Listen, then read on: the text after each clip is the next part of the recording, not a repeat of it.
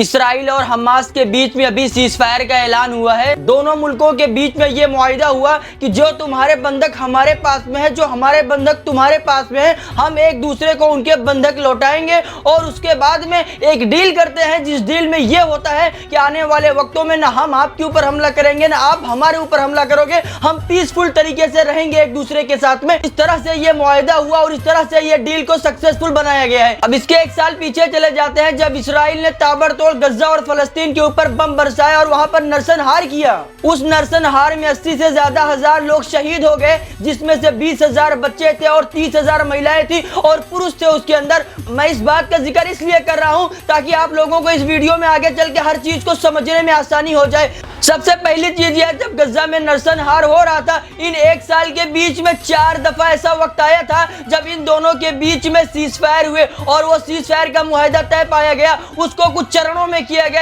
Example سمجھ لو ایسے کہ کوئی سیز فائر 1 ہفتے کے لیے رکھا گیا، کوئی 2 ہفتے کے لیے رکھا گیا، کوئی 1 مہینے کے لیے رکھا گیا۔ ابھی جو سیز فائر ہوا ہے یہ اس طرح سے نہیں ہے، یہ ابھی سیز فائر کیا گیا یعنی جنگ بندی کا اعلان کیا گیا ہے، یہ پرماننٹلی اناؤنس کیا گیا ہے، یہ ہم جنگ کو بند کر رہے ہیں۔ اور یہاں پر ایک شرط بھی لگائی گئی ہے، کنڈیشنز بھی لگایا گیا ہے، اگر کوئی دوسرا دیش اگر حملہ کرتا ہے یعنی کوئی کسی کے اوپر اگر حملہ کرے گا تو یہ معاہدہ ختم ہو جائے گا اور اس کے بعد یہ جنگ پھر سے چھڑے گی۔ تو میں کہنا یہ چاہتا ہوں، اسرائیل کو تو آپ سب لوگ جانتے ہو، اسرائیل جب سے وجود میں آیا ہے تب سے نرسنہار کر رہا ہے فلسطین میں، جب سے اسرائیل وجود میں آیا ہے تب سے انسانیت کا وہ دشمن بنتے جا رہا ہے۔ یہ چیز پوری دنیا کی کنٹریز کو پتا ہے، لیکن ایک بھی ایسی کنٹری نہیں ہے جو کھل کر کے اسرائیل کی مخالفت کر سکے۔ اور یہاں پر میں مسلمانوں کو ایک چیز اور بتا دینا چاہتا ہوں، اگر آپ لوگ ہمارے نبی محمد صلی اللہ علیہ وسلم کی حدیث پڑھو گے تو وہاں پر صاف اور واضح الفاظ میں ہے کہ یہود کے اوپر مسلمانوں بھروسہ نہیں کرنا۔ آپ لوگ ہمارے نبی محمد صلی اللہ علیہ وسلم کی حدیث پڑھو گے تو ہمارے نبی محمد صلی اللہ علیہ وسلم نے واضح پیغام ایمان والوں کے لیے دے دیا ہے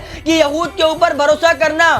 سب سے بڑی غلطی ہوگی تمہاری، کیونکہ یہ بھروسے کے قابل نہیں ہوتے، ان کے کسی بات پر بھروسہ مت کرنا۔ اگر آپ ان کے اوپر بھروسہ کرو گے تو یہ آپ کے پیٹ میں خنجر گھونپنے والی قوم ہے۔ اور ہم اب قرآن کی طرف چلتے ہیں۔ قرآن میں اللہ رب العزت نے بہت ہی صاف الفاظ میں بیان کر دیا ہے کہ یہودوں کے اوپر بھروسہ مومنوں کبھی بھی نہیں کرنا، اور یہ جو بات میں کر رہا ہوں اللہ نے قرآن میں بھی اس کے بارے میں ذکر کر دیا ہے۔ اور میں آج بتا دینا چاہتا ہوں کہ قیامت کے قریب اسرائیل اور مسلمانوں کے بیچ میں بہت بڑی جنگ ہوگی، یعنی یہود اور مسلمانوں کے بیچ میں، اور وہ جنگ ایسے ہوگی کہ یہودیوں کو شکست ہوگی یعنی اسرائیل کو شکست ہوگی اور مسلمان غالب آئیں گے اور اسلام اس دن غالب آئے گا۔ یہ جنگ وہ ہے جو قیامت کے نزدیک ہے۔ لیکن میں آپ لوگوں کو یہ چیز کیوں کہا معلوم ہے؟ اس کی ڈیٹیلز دینے کے لیے، کوئی بھی چیز کی شروعات پہلے سے ہوتی ہے، اور جو میں یہ بات کہہ رہا ہوں یہ چیز کی شروعات ہو چکی ہے، جو ہمارے قرآن میں، جو ہمارے نبی نے ارشاد کر دیا ہے، جو ہمارے صحاباؤں نے ہمیں بتلا دیا ہے۔ یہ وہی دور ہے، آج ہم مسلمانوں کو کہہ دینا چاہتے ہیں، یہ وہی دور ہے جس کے بارے میں ذکر آیا ہے قرآن میں، جس کے بارے میں حدیثوں میں ذکر ہے، جس کے بارے میں ہمارے صحاباؤں نے ذکر کر کے چلے گئے ہیں۔ آج یاد رکھو مسلمانوں،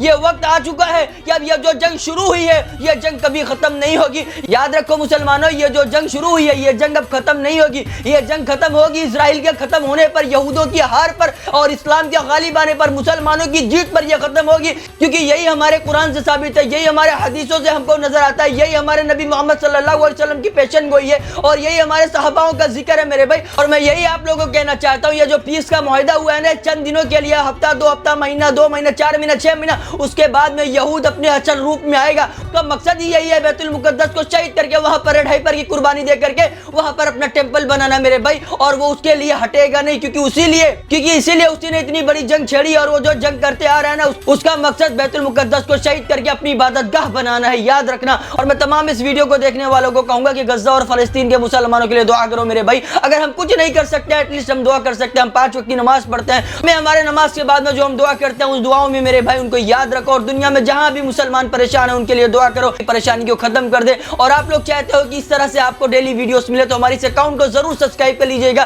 ہم یہاں پر ڈیلی ایک ویڈیو لانے کی کوشش کریں گے اور آپ لوگوں کو 100% صحیح خبر بتانے کی کوشش کریں گے انشاءاللہ۔